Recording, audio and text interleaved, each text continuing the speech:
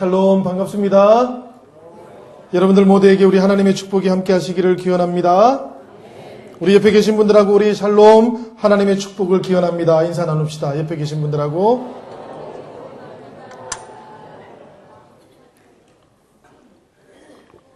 인사들이 왜 이렇게 짧으세요? 물도 한 잔 못 마시겠네요. 네. 축복을 길게 해주십시오. 길게. 성도 여러분, 여러분들 우리 영신교회가 부흥하기를 바라시죠? 아멘 소리가 약하신 거 보니까 그렇지 않은가 봅니다. 우리 교회 빈자리가 채워지기를 기도하고 계시지요? 예. 사실은 제가 그 답을 알고 있어요. 어떻게 하면 우리 영신교회가 부흥하는지, 또 이곳에 있는 빈자리들이 채워질 수 있는지 제가 그 답을 알고 있습니다. 그 답이 뭔고 하면 우리 영신교회 성도님들이 하나님으로부터 복을 받으시면 돼요. 그렇지 않습니까, 여러분? 우리 영신교회에 가면 그 교회 가면 복을 받더라 이런 소문이 나면 우리가 오지 말라고 해도 오지 않겠습니까? 우리 장로님들 저 입구에 서서 들어오지 말라고 해도 다 들어옵니다. 예.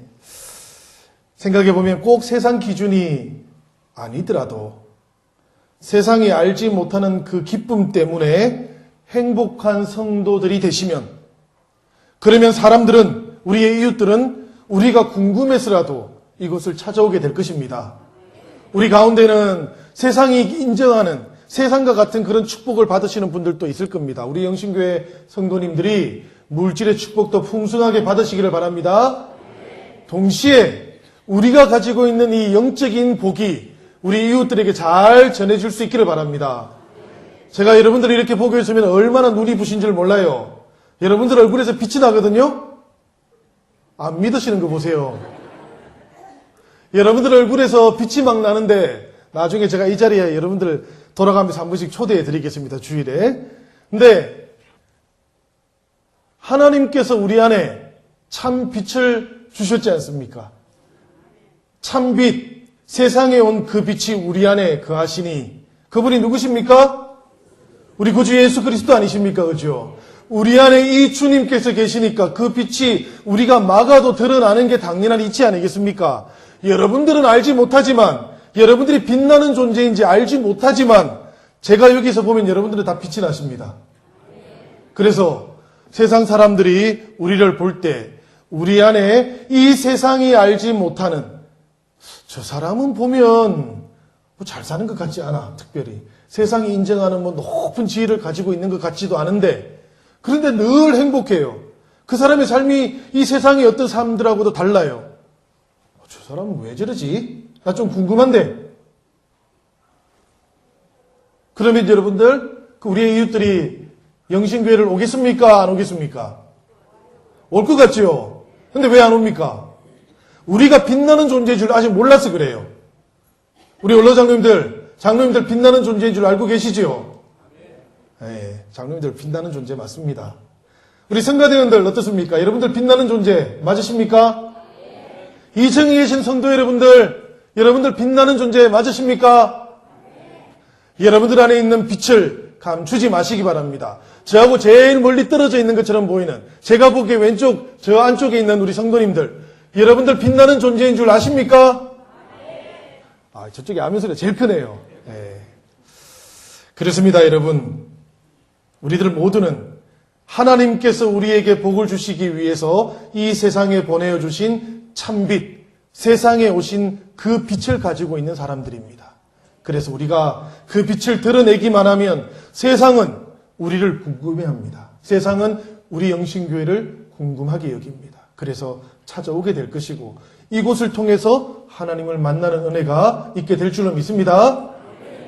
우리 이런 은혜 우리들도 누려야 되지 않겠습니까? 오늘 3부 예배 참석하신 성도님들, 또 우리 영신교회 위에도 이렇게 복의 통로가 되는 은혜가 함께하게 될 줄로 믿습니다.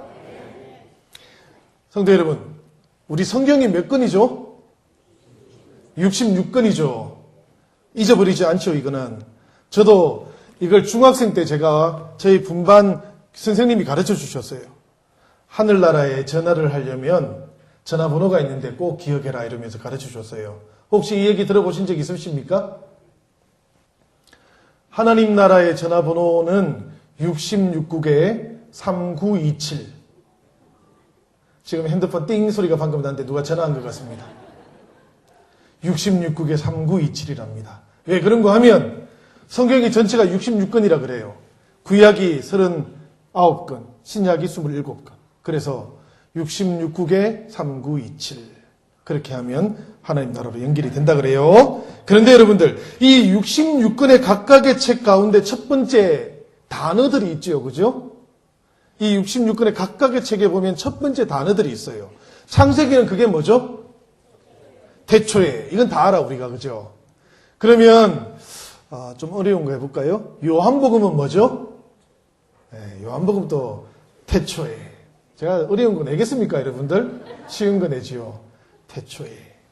창세기는 우리의 선한 하나님께서, 창조주 하나님께서 세상을 창조하시고 사람을 창조하신 그 선한 뜻을, 우리를 축복하고자 하는 선한 뜻을 우리에게 알려주기 위해서 기록된 거예요. 마찬가지로 요한복음도 이 태초의 말씀이 함께 하나님과 계셨는데 이 말씀이 우리 가운데 오신 거예요. 그래서 우리 가운데 오신 이 말씀이 누구신고 하면 바로 예수 그리스도, 여러분이 가장 좋아하시는 분 아닙니까? 그 예수 그리스도, 그분이 바로 이 태초에 계신 말씀이었다는 것을 우리에게 표적으로 설명해 놓고 있는 책이에요. 그래서 요한복음도 바로 이 태초에 계신 말씀, 그 말씀이 예수 그리스도시다라는 걸 우리에게 알려줘요. 마찬가지로 우리 시편도 그렇습니다. 시편도 1편에 가장 처음 나오는 단어는 뭐죠? 복 있는 사람은, 우리 너무 잘 알지 않습니까? 복. 그러니까 우리가 시편을 읽을 때 이 모든 시편의 내용들 가운데서 우리가 키워드가 딱 하나 있다는 얘기예요. 그게 뭔가 하면 바로 복이라는 거예요. 이 복을 통해서 시편을 읽으면 시편이 잘 이해가 된다는 이야기예요. 근데 여러분들 좀 이상하지 않습니까? 원래 유대인들은 6이라는 숫자를 별로 좋아하지 않거든요. 근데 성경은 왜 66권, 6이 두 번이나 겹쳐져 있을까요? 2부 예배 참석하신 분들 말고 혹시 아는 분 계신가요? 우리가 시편을 보면 시편이 책이 몇 권일까요? 시편은 150편이긴 한데 150권은 아니에요. 시편을 읽어보시다 보면 그 안에 시편 제1권, 제2권, 제3권, 제4권, 제5권 이렇게 되어 있어요. 그러니까 시편이 150편이긴 하지만 그 안에 권수가 5건이 또 있다는 거예요. 그러면 성경이 전체 합쳐서 몇 건일까요? 제가 조금 전에 몇 건이라고 그랬죠? 66건인데 5건이 있으면 몇 건요? 또 누가 71건 이러면 그 71 그래가지고 9번을 71로 해가지고 이제 하나님 나라에 전화 걸면 또 안 걸려요.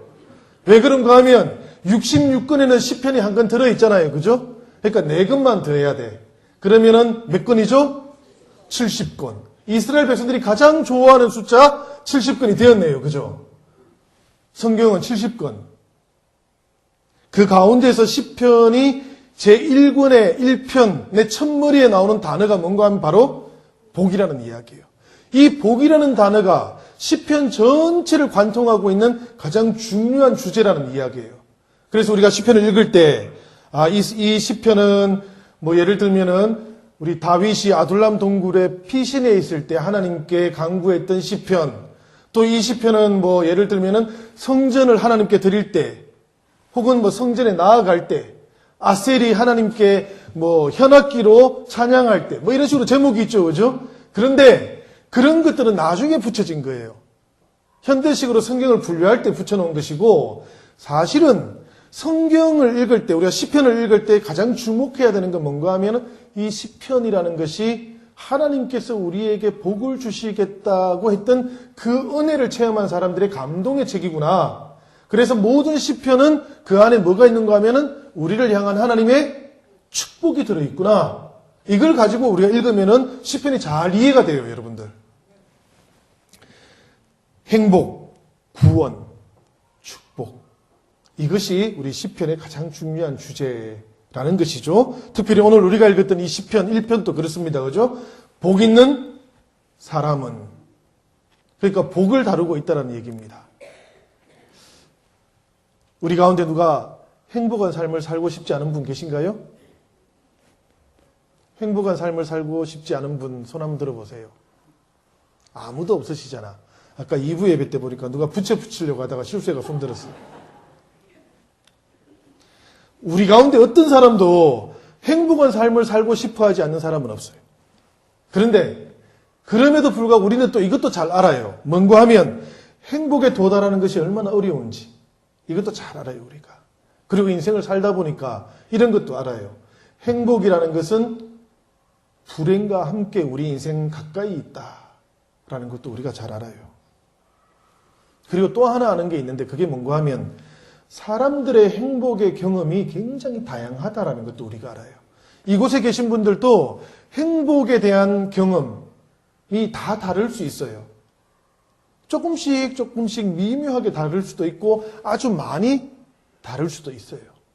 어떤 사람들은 사랑하는 사람을 만나면 행복감이 가장 올라가지만 또 어떤 사람들은 자신이 추구하는 명예욕이 충족되면 가장 행복감을 느끼기도 한답니다.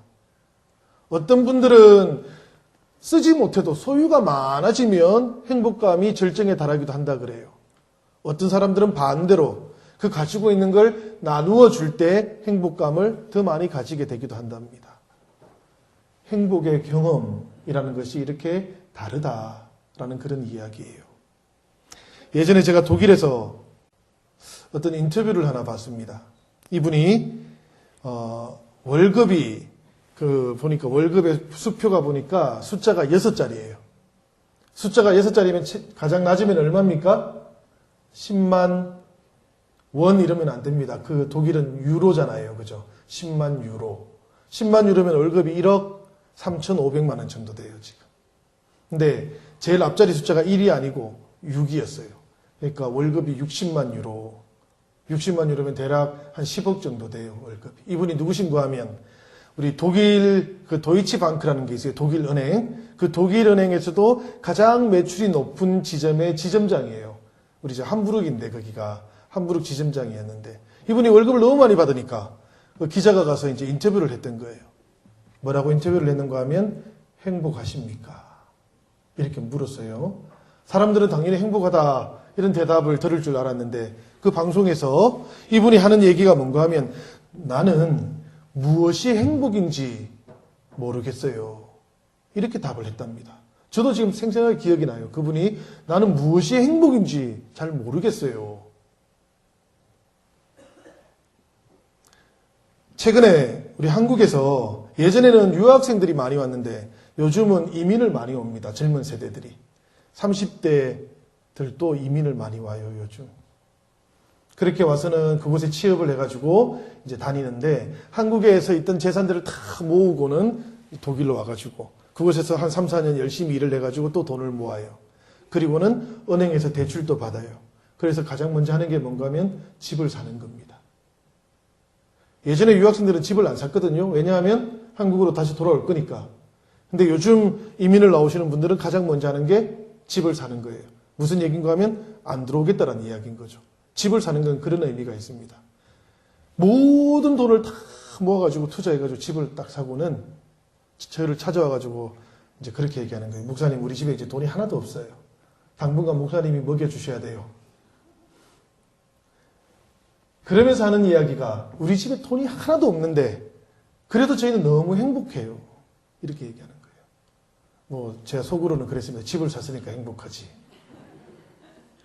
네가 밥 먹여달라는 목사님 집도 없는데 넌 그래도 집을 샀으니까. 근데 그런 것만은 아닌 것 같았어요. 타지에서 이민사회 속에서 정말 가진 것 하나도 없게 되면은 그 다음에 살아갈 인생이 그렇게 막막할 수가 없거든요. 가족들이 있는 게 아니지 않습니까? 그럼에도 불구하고 저희 행복해요 라고 하는 이야기를 들으면 마음이 참 짠하기도 하고 또 동시에 행복이라는 게 도대체 어떤 것일까 이렇게 묻게 되기도 합니다. 연봉 100억을 받는 그분은 행복이 뭔지도 모르겠다는데 지금 집에 땡전 한 푼 없는 이 젊은 애들은 행복하대요, 자기들이. 여러분들은 어떤 행복을 추구하고 계십니까? 여러분들은 행복을 추구하면서 어떤 길을 걸어가고 싶으십니까? 오늘 우리가 봉독했던 시편 1편은 이 물음과 관련해서 놀라울 만큼 분명한 답을 우리에게 주고 있어요. 이게 너무 간단해서 대단히 놀랍고 당혹스럽게 만들기도 합니다, 사실은. 이 말씀을 보면 우선 시편 1편 1절은 우리에게 이렇게 말하고 있죠. 이게 부정적인 방식인데, 복 있는 사람은 악인들의 꾀를 따르지 아니하며 죄인들의 길에 서지 아니하며 오만한 자들의 자리에 앉지 아니하고, 이렇게 되어 있습니다. 우리가 다 외우는 말씀 아닙니까? 그죠? 이 말씀을 조금 요즘 새 번역으로 제가 한번 번역을 해보면 이래요. 복이 있으라. 하나님을 업신여기는 자의 충고를 따라서 살지 않는 사람들아. 이 말씀이 악인의 꾀를 쫓지 아니하며 라는 말의 의미입니다. 복이 있으라. 악인들이 하나님을 업신여기는 자들의 충고를 따라서 살지 않는 사람들아. 보니까 성경이 지금 악인이라고 말하는 사람들이 누군가 하면 하나님을 업신여기는 자들인 거예요. 하나님을 업신여기는 자들이 카운슬링 해주는 그 조언을 따라서 살지 않는 사람들은 복이 있으라. 이렇게 말씀하고 있는 것이죠.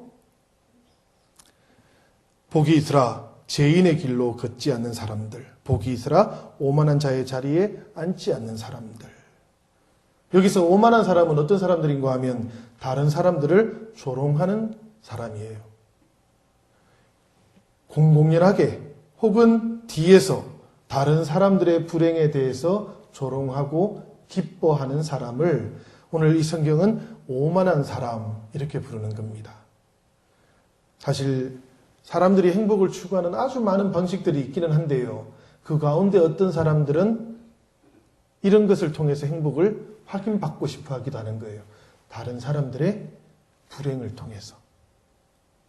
또 그런가 하면 여기에 보면은 죄인의 길로 걷지 않는 사람들은 행복하여라. 복이 있으라. 이렇게 말씀합니다. 여기서 죄인들, 이 죄인들은 어떤 사람을 가리키는가 하면 어떤 특정한 행동과 관련이 되어 있어요. 그게 뭔가 하면 이런 겁니다.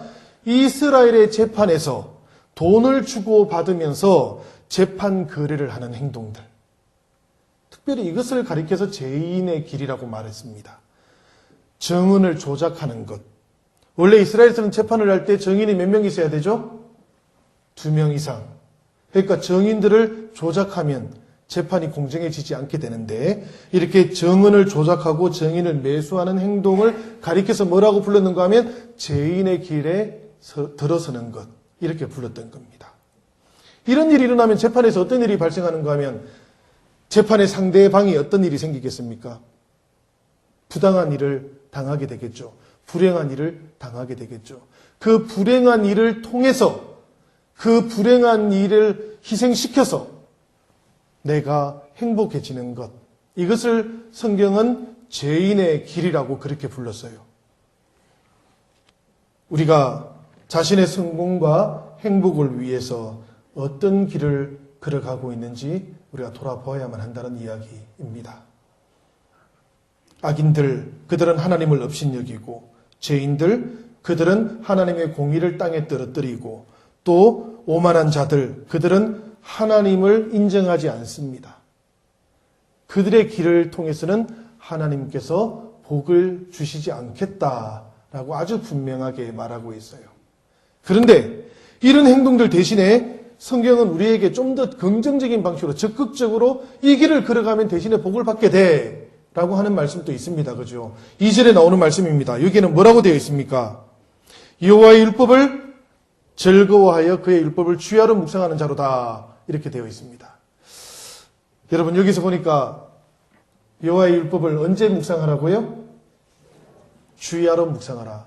낮이나 밤이나 주님의 말씀을 묵상하라라는 그런 이야기입니다. 그죠?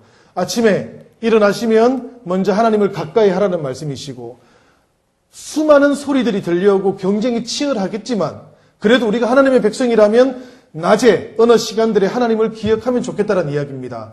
우리와 동행하시는 하나님, 우리는 잊어버려도 우리와 동행하시는 그 하나님을 우리가 기억했으면 좋겠다. 그때 하나님께서 우리에게 복을 주신다라는 그런 말씀이고요.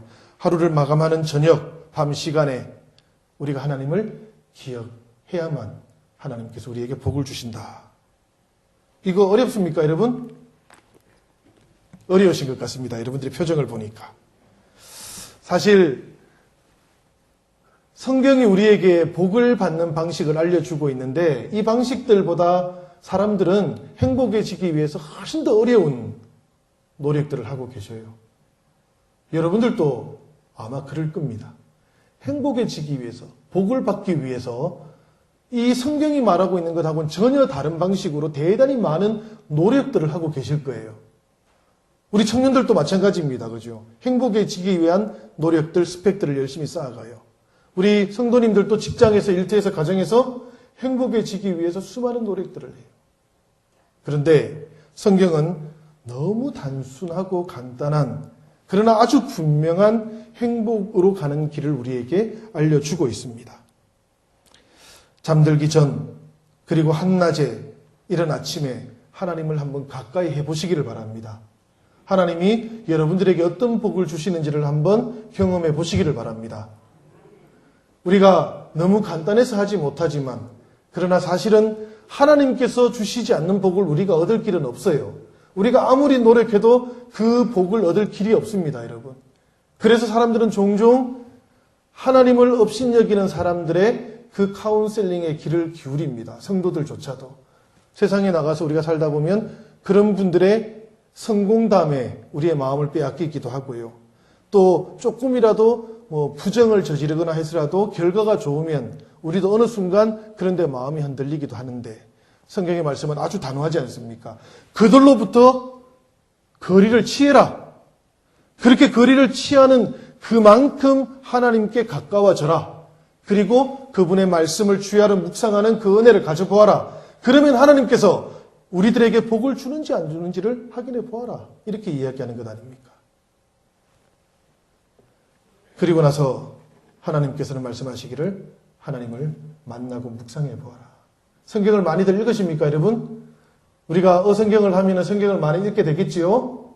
근데 성경을 읽는 것하고 말씀을 묵상하는 건 좀 달라요, 여러분들. 성경을 읽는 것이 밀을 거두어 드리는 것에 비유할 수 있다면 성경을 묵상하는 것은 우리가 그 거두어 드린 밀을 우리가 타작을 해서 빵으로 만들어서 먹는 겁니다. 우리가 먹지 않고 우리가 건강해지는 길은 없지요. 우리가 영혼도 하나님의 말씀으로 잘 양육받아서 잘 이렇게 성장해 가야만 그 안에서 열매도 맺게 되는 것 아니겠습니까? 우리가 묵상을 한다는 건 그런 거예요. 하나님, 복 있는 사람이 누구입니까? 악인은 누구입니까? 하나님께 마음으로 영으로 물으면서 이렇게 나아가야만 그때 이 성경을 읽는 것을 넘어서 우리가 말씀을 묵상하게 되는 것이죠. 우리가 하나님께 나아가서 하나님께서는 우리에게 시냇가에 심은 나무처럼 그렇게 복을 주시겠다고 했는데 하나님 저에게도 그 복을 주시지요. 하나님 저의 연약한 것들 채워주시지요. 이렇게 기도하면서 말씀을 읽어야 그때 이 말씀이 우리의 영혼의 자양분이 될 수 있는 것이지요.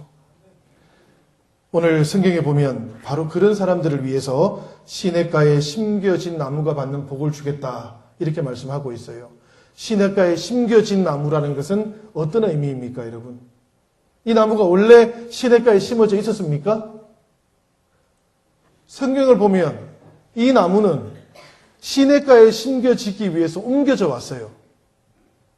트랜스플랜티드라고 되어 있어요, 영어 성경은. 그러니까 옮겨져 와서 플랜팅 된 거야. 그곳에 이식이 된 거예요.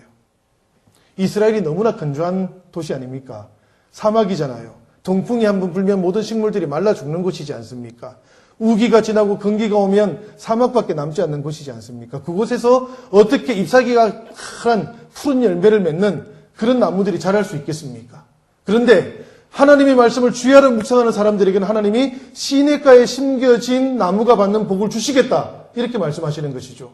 옮겨 심어주겠다는 이야기입니다. 이 시냇가는 어떤 시냇가인가 하면 자연천이 아니에요. 사람들이 그 메마른 땅에 나무들을 잘 보살피기 위해서 인공 수로를 만들어 놓은 거예요. 그것을 시냇가라고 부르는 거예요, 여기는. 그러니까 그 시냇가에 나무를 옮겨 심어서 그곳에서 건기가 찾아오고 동풍이 불더라도 결코 마르지 않게 하겠다. 우리 그리스도인들은 하나님께서 그렇게 시냇가에 옮겨 심기운 나무들입니다. 우리 영신교회도 그렇습니다. 하나님께서 이곳 영등포 신길동에 옮겨 심은 나무입니다. 이곳에서 하나님께서 기뻐하시는 그 푸른 잎사귀와 열매들이 맺히게 될 줄로 믿습니다. 우리가 세상의 지혜와 세상의 그 조언들과 카운셀링을 따라가는 것이 아니라 우리가 세상의 여러 가지 온갖 방식의 성공에 대한 그런 이론들이 아니라 먼저 하나님의 말씀을 선택하기만 하면, 먼저 그분의 가르침에 귀를 기울이기만 하면, 먼저 우리의 마음이 열려지기만 하면, 그렇다면 그때 하나님께서 이 복을 부어주실 것이다. 이렇게 말씀하고 있어요. 세상이 하는 일하고 훨씬 다릅니다, 여러분. 그러나 이것은 우리가 옛날부터 해왔던 거예요. 다시 회복시키기만 하면 될 줄로 믿습니다. 사랑하는 여러분들 가정 속에, 그리고 여러분들의 삶 속에, 여러분들의 자녀 가운데 이렇게 주야로 하나님의 말씀을 가까이 하고 묵상하는 은혜가 함께하기를 바랍니다. 그래서 주님의 은혜로 살아가는 우리들, 주님의 복을 받는 하나님의 백성들 되기를 우리 주님의 이름으로 축원합니다. 우리 이 시간에 합심해서 기도하기를 원합니다. 우리가 하나님의 복 받는 사람들 되기를 원합니다. 특별히 세상이 알지 못하는 그 복도 받게 하셔서 우리 안에 있는 영적인 샘이 터지게 하시고 우리 영혼의 복을 통해서 세상 사람들이 하나님을 궁금하게 여기는, 그래서 우리 영신교회를 찾아오는 은혜가 있도록 우리가 함께 기도하시겠습니다. 우리 영신교회가 복을 전해주는 복의 통로가 되기를 원합니다. 특별히 우리 영등포와 신길동 땅에서 우리 영신교회가 하나님께서 구원하시고자 하는 그 모든 사람들에게 구원의 복음을 전하는 귀한 교회 되기를 원합니다. 하나님께서 사용하시는 교회, 하나님께 쓰임받는 교회 되도록 우리가 함께 우리 주님 한번 크게 통성으로 외치시고 그리고 기도하도록 하겠습니다. 주여! 걸어가신 아버지 하나님, 오늘 주신 말씀을 통하여 저희들 저마다 우리의 지나온 삶을 돌아봅니다. 하나님, 우리가 하나님 안에서 행복하고자 하나 정작 세상의 길을 쫓아서 가고 있지는 않았는지 오늘 저희들 돌아봅니다.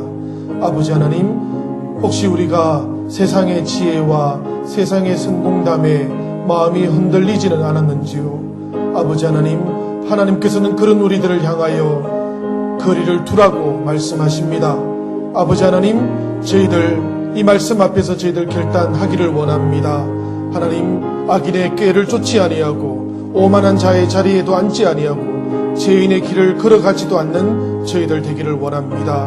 하나님, 저희를 살펴주시고 인도하여 주시옵소서. 오직 주님을 떠올리고 주님의 말씀을 우리가 날마다 낮이나 밤이나 묵상하면서 하나님께 가까이 나아가는 성도들이 되기를 원합니다. 그리하여 아버지 하나님, 하나님께서 허락하시는 그 시냇가에 옮겨 심겨진 그 은혜를 저희들이 모두가 다 누릴 수 있기를 원합니다. 하나님, 지켜주시고 인도하여 주시옵소서.